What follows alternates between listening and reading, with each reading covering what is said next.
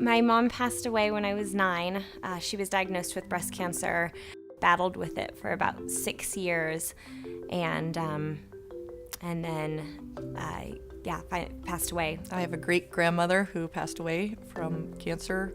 Back then they didn't know what to call it, but they're pretty sure it was ovarian cancer. After we actually sat down and wrote it all down, it was more obvious to us that, well, of course, this is gene related. My great grandmother died of it, an older aunt died of it, 2 younger aunts died of it, and now I'm diagnosed with it. My father died of 2 different kinds of cancer at the age of 45. His father, at the age of 80, in addition to other ailments, we discovered that he also had breast cancer. So male breast cancer is very rare, and that I have it on both sides of my family, that was a red flag. My dad died from leukemia when I was 12 years old, and it was very, very devastating. It was one of those turning points in your life, and I kind of had a rough life after that. I actually was kind of in shock after I heard the news. I was asked to come in right away, and I told the doctor, I have to teach, so I'll be in next week. And she kind of had to say, this is real serious. You need to be in tomorrow. And it was kind of an eye-opener, a news flash, and something I guess I didn't want to deal with at that time. I was too young to be going through cancer. Ovarian cancer is a very significant problem. Actually, worldwide, there's roughly 200,000 women who are diagnosed with ovary cancer each year. And of those, less than half of them are cured from their disease. It's a disease that's found at late stage and often with very few symptoms. If we could find ovary cancer early, it would not be necessary to find new or novel treatments.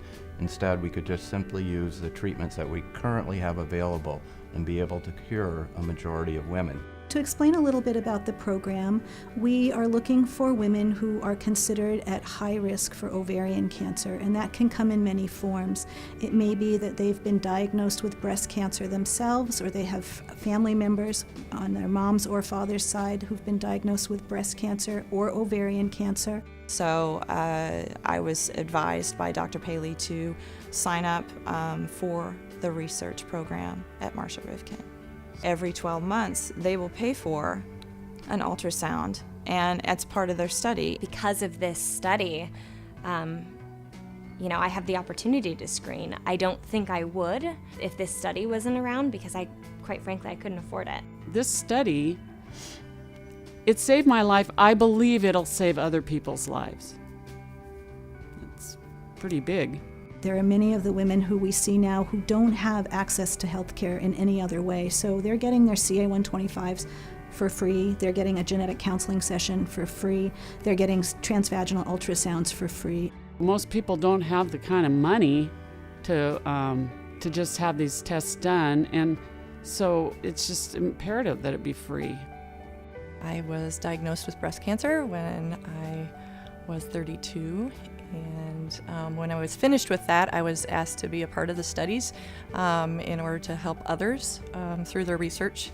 And I just felt like it was a way for me to give back. I'd been doing it maybe a year when they found that my cancer markers had increased, and they asked me to come back and have another blood test and have another CT scan, and that's how they found my cancer at stage 2, and I truly believe they saved my life. We're providing a place where women can be screened who are at high risk until such time as we know exactly what is the best way to screen women for early signs and symptoms of ovarian cancer.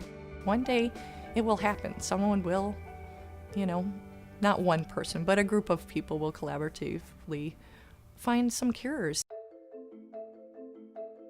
I think if you look across at other types of cancer, you'll see that early detection has played a substantial role. For example, if we look at the pap smear for cervical cancer or mammography for breast cancer, the development of effective early detection tests have led to significant improvements in outcomes. When you do see breakthroughs and when you do see the effects that it is it is working. I think that's a huge piece of it, that we've come a long way, but we still have a long way to go in order to find a cure. We need to bring together investigators from many sites and many institutions, and we have to use the newest technology that's currently available. So this is a very expensive effort in order to keep moving the field forward. The research, though, is what mainly allows all the other pieces to happen. So the tools are already available, but the funding is really what's necessary to move things forward. I have my children and my grandkids. And when I first got this cancer, I was very depressed. I didn't know if I was going to live through it, and they were rooting for me and telling me that they needed me and that they wanted me to stick around, and they gave me a reason to want to stick around.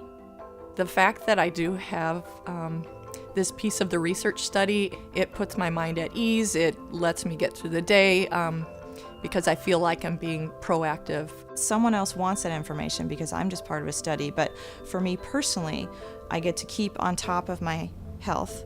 Every little bit goes to a good use for a good cause, and personally, I say thank you because I've been helped by people that I don't even know, and it does make a difference. I really think that if my mom would have had the opportunities that I have today, she'd still be alive right now. And I actually feel lucky for having all the screening that we have available and being able to make the choices. Basically, I'm choosing to live.